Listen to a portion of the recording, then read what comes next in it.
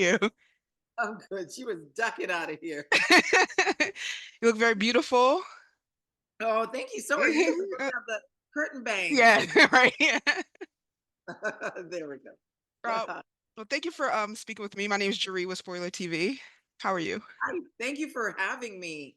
No, no problem. I'm excited to speak with you because of this movie Abducted at an HBCU.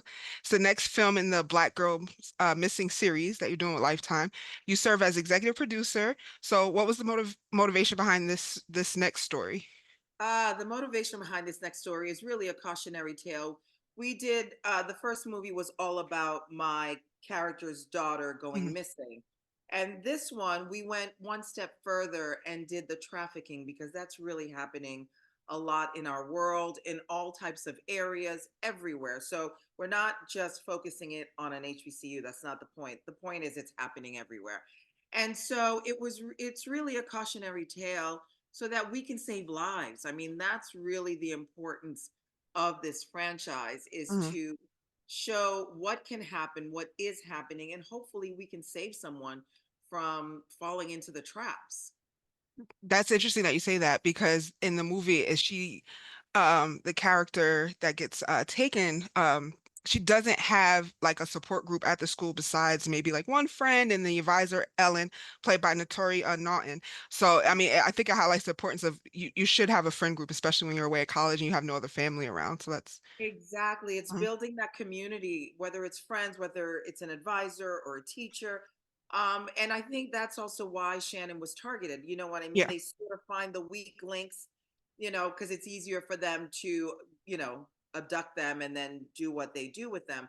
But it's really important. I mean, this franchise to me is important because I want to use my platform to highlight the disparities that also happen when black and brown women and children and boys go missing now it's across the board, it's not Right. just black girls. And so I'm grateful for a lifetime for understanding the importance of these issues and letting us have a second movie and maybe a third. Yeah. Um, you said it's not just about HBCU. It's not, but it was great to see that life and that culture because it's so important to our culture as Black people. Where did you shoot and how did you get that authenticity with the Yeah, HBCU? we shot in Morehouse, which I was so excited. I Oh, had never been mhm, to an HBCU campus. mhm. So for me going there, I felt like, wow, this is what it's like. I wish I had gone here. Not only seeing us, but seeing the culture and seeing the vibe. And then Mhm. we really wanted the movie to show, the hopping and seeing the life and the texture. It really lends to being on an HBCU campus. Yeah, they call it hopping. And I was like, I thought it was called stepping. How old am I I now? know, I did too. I learned something Yeah, I learned something new there. new. Um, can you talk about working with Natari Naughton and Tanyelle, who plays? Yes. First of all, Notori is a powerhouse, and she really wanted to be a part of this movie. And when I heard that, I was like, what are we waiting for? I mean, she's amazing. And she was great. And Danielle is new in the industry. Mhm. And for me, the moment I was actually in hair and makeup when I was watching the tapes, and me and my glam team stopped when we heard her audition. She just felt like that's Shannon. And so the minute I finished watching her tape, I emailed everybody. I'm like, I found the Shannon. I don't know about you guys. And she was great. She just brought an authenticity to it, Mhm. and just a realism. And you felt for her. I mean, even seeing reading the script beforehand. I mean, my heart broke a few Yeah. times.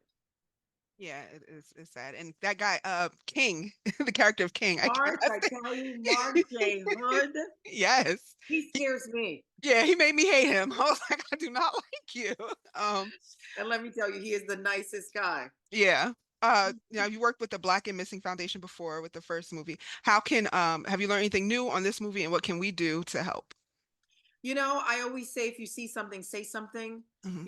That's really important. And even in the movie, when Shannon goes missing, the one friend that she has in the spoken word program, she was like, I didn't know who to go to. It's Hmm. really about let's talk about this. Let's talk about the disparity that's happening and let's keep people accountable, whether it's the news, whether it's the police, so that when we go missing, we don't wait 24, 48 hours because that's the most crucial time. We Yeah. actually do something right from the right out of the gate. Yeah, and if the police don't help you, you got to take matters into your own hands because it's so Unfortunately, yes. frustrating. Yeah, they don't want to listen. Yeah. I'm going to switch gears really quick because we told the spoiler TV community you were coming on and they had a bunch of questions. So they're going to kill me if I don't Okay. ask you just like one question about the Jamie Foxx show, if you don't Okay. mind. They just wanted to know because it's such a huge part of the culture, your experience working on that show with those actors, and did you get to keep anything from this set? Oh my goodness. What I took away is the most amazing time for me. I had never really done comedy, especially as a regular. So I formed some friendships. Jamie and I are still friends. I have a girlfriend, Jennifer Marquette. Like whenever we run into each other, we're so happy to see each other. So for me, I learned so much being on set with Jamie. Mm. I learned a lot about Jamie too. and it was a really great time in my Yeah. life getting to work with him and seeing the magic that is Jamie Foxx. When I met him, I only knew him as a stand-up, Mhm. comedian. But then he would sit down at the piano and he would play, and I was like, wow, he's talented. And then he would mimic Ray Charles or Stevie Wonder or just do Yeah. his own music. And then to see him going from mimicking to actually playing Ray Charles in a movie and winning an Academy Award. I mean, Yeah. it's just like it was like, being on the inside, watching him grow and seeing him become, such a great dad. And Mhm. it's amazing. Well, I want to give you your flowers too. I see Emmys in your horizon because I remember growing up specifically remember your Family Matters episode. I'll never forget it.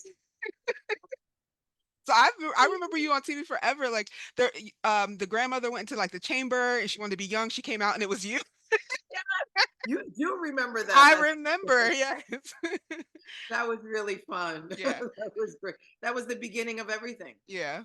How do you stay authentic in such like your chaotic world in Hollywood and everything?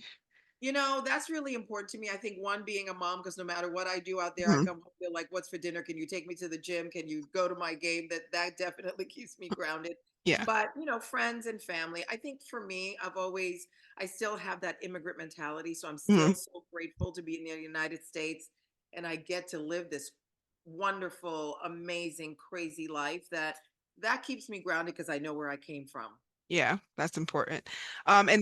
If there's a third movie, can you talk about what we can expect in the next series or? Well, we're working on the script right now, Mm. but I think it's going to be this script right now is so far to me the best one we've had yet. So Okay. hopefully that'll get made. And, I just want, again, to keep using my platform to help us. Yes. Well, I know that's all our time, so I want to thank you so much for taking time to speak with me. And I want to let everyone know it airs Abducted at the HBCU, airs Lifetime, July July 20th at 20th. 8 p.m. Yes. Yes, thank you so Thank you much. so much. Have a great day. You too. Bye-bye. Bye.